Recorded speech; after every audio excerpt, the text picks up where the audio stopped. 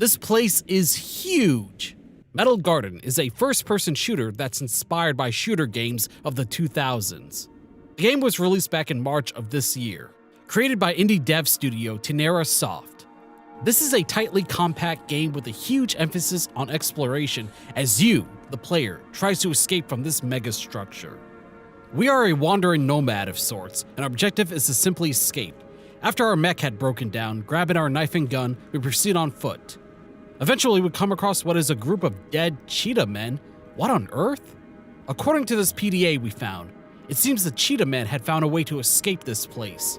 Their king here had led the charge, but ultimately it was a futile attempt. According to him, some of his own men were captured and, well, began fighting for the other side. He says something pretty interesting, that people had spent millennia trying to find a way to escape.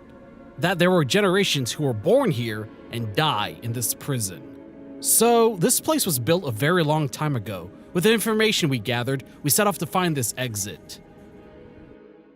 Before starting the game, there's this menu with options on how you want to play the game, such as selecting difficulty, activating infinite health, fragile body, meaning if you get hit, your health goes down to 0. Playing around with these does offer some replayability value. In the beginning of the game, you'll have your knife and pistol, and then later on you'll get a shotgun and sniper rifle. There are only 4 weapons to use, including the knife, which is not a whole lot to play with, which is an hour and a half, less if you're speedrunning it. I'll be honest, the weapons feel and sound weak against enemies. They lack loud, punchy gunfire. Enemies really don't react to being hit, well besides being ragdolled over, which can look hilarious at times.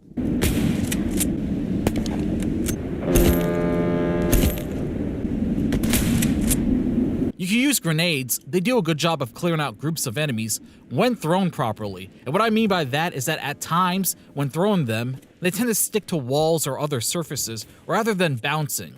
I don't think they're meant to be sticky grenades, but they unintentionally end up being that. Overall, the guns are serviceable, but they could be better. I think another weapon this game could have used is a combat rifle, or at least a submachine gun, in my opinion. There are only 2 types of enemies. Well, technically 3 if you're counting the snipers. You'll be fighting both these mercenary guys who kind of look like pirates or 18th century soldiers with a tricorn hat, and the cheetah men who betrayed the king.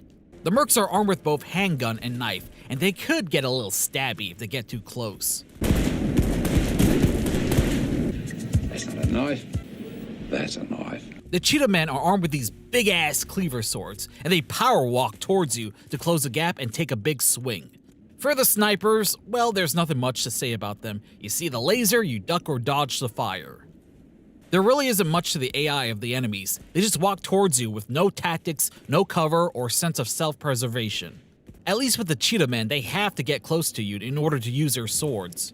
There is one thing I like. It's that when one of them spots you, they'll blow a horn or let out a roar, alerting the others in that area. This shows that despite spotting you, that one enemy has to alert the others, rather than all of them being alerted to your presence at once, like we see in a bunch of modern games.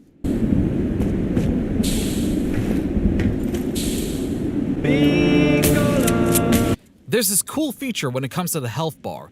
If your health goes down to 0 rather than dying, a specific part of your body gets injured that could affect how you play the game. For example, having a leg injury means your sprinting is slower. A shoulder injury can affect how you aim. It causes the iron sights to be all wobbly. Your health does refill back up, but now you have to deal with any injuries that has occurred. In order to heal these injuries, you'll have to find one of these auto surgery units. It can also replenish your health. However, you're only limited to about 4 charges, so you'll have to heal wisely.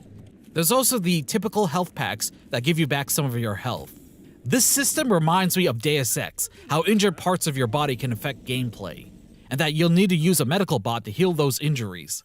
I think that's pretty cool. Alright, the main attraction of this game is the atmosphere and level design. As said before, it's obviously inspired by the shooter games of the 2000s. While playing this, I'm reminded of other games, such as Stalker with its gray, dreary atmosphere, Dark Souls with its level design. When you're exploring a certain path, it loops back around to where you started.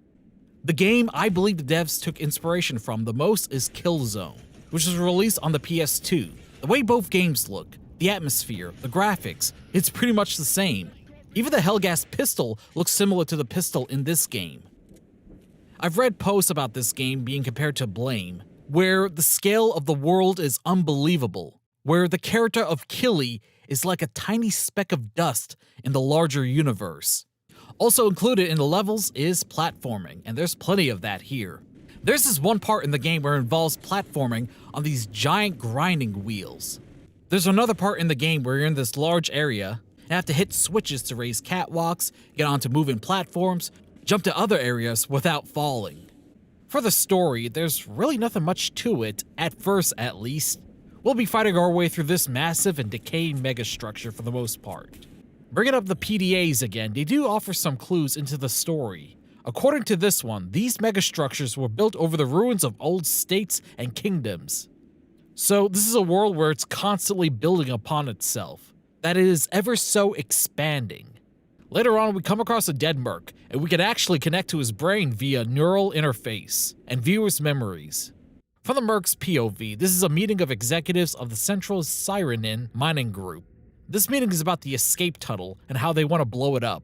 How if people started leaving this place, their value as a company will plummet. So in a sense, they want to uphold the status quo.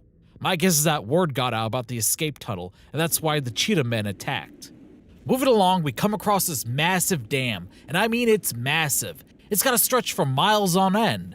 Opening the gates and heading in, we attempt to open another gate, but then enemies start pouring out. Well, at least the enemies are consistent here, consistently being a pain in the ass.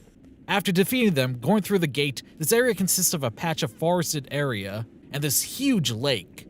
I will say there is a boss fight, but I won't spoil it, keeping it a surprise. Okay folks, from here on out, this is getting into spoilers territory. So if you don't want to be spoiled about the ending, go to this timestamp, if you haven't played the game yet. After the boss fight, we open the door, which leads to this huge underground structure. With some platforming, we find this console, which mentions logged work hours. A total of 27 billion hours. I read a comment about that saying it translates to a whopping 3 million years. So we are 3 million years in the future? That's crazy. Exploring further, we end up inside the walls of the dam and come across this rail system. It looks like this place hasn't been used in quite a while.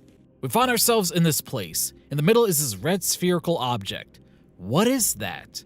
Well, reading on this terminal, this place we're standing in is called a counterweight world, and its purpose is containing and maintaining the orbits of planets. Wait, what? It prevents the planets from striking the walls or other parts of the megastructure. So, during the construction and expansion of this place, these counterweights were created so the planets wouldn't get in the way. That is insane. What's even more insane is that it's mentioned this megastructure, the whole entire place stretches past the Kuiper Belt. For reference, the Kuiper Belt is a region of space that starts at Neptune and it surrounds our solar system. Folks, we are in a place where it encompasses the whole solar system. It really is like Blame. And the planet there, it could be either Mercury or Mars. The terminal reveals that in order to maintain the place, new species were created from a gene pool to fill out that role. That explains the cheetah men and these bisons. Also, due to the sheer size of this place, many of these counterweight worlds were lost. We just so happened to find one of them. Well, it's only been about 3 million years after all. You could only keep track of so many of them. So, this is the big secret. It's not really an escape, but a planet being held by this counterweight. I bet even the mining company didn't know about that. We enter this elevator, and it descends downward. And the game just ends there. Yeah, pretty much a cliffhanger. Metal Garden is one fascinating game. After playing this, there are a lot of questions that remain, such as who built the megastructure? Why was it built? Who governs this place? Or is it split up between various factions? There is one question I could answer. Is it worth playing? Despite its flaws, such as gunplay and enemy AI, the atmosphere more than makes up for it. The feeling of being a lone wanderer, exploring this haunted, decaying landscape, trying to find an exit from it that may or may not exist. To just stand there and take in the atmosphere, the scale, it's quite something. Now, this is a game that could have been made with the latest gaming engine like Unreal 5, 4K, photorealistic ray trace graphics. but I have my own reasons why the devs went with this style. One is obviously nostalgia, to remind people of the games they played back in the 2000s and also pay tribute to those games. Another reason is the capability of recreating these graphics in that style with modern video game development tools. I believe these tools have become advanced enough and accessible enough that you could go multiple ways with creating a game, such as making 8-bit or 16-bit games, or how about those PS1 style games? The original PlayStation was a pretty good console back in its day, but was limited by the hardware it had. However, it did produce a distinct style, a look that stood out and made it recognizable to the console. And we see that recreated with games such as Night of the Consumer, now in HD graphics. I have to say, the PS1 style graphics is perfect for horror games, to create that creepy, unsettling look and feel. The developers here took the style of games like Stalker and Killzone and put their own spin on it when making this game, and they done a good job here. I'm hoping for a sequel and that we may get our answers, and I think they're gonna make it, no doubt.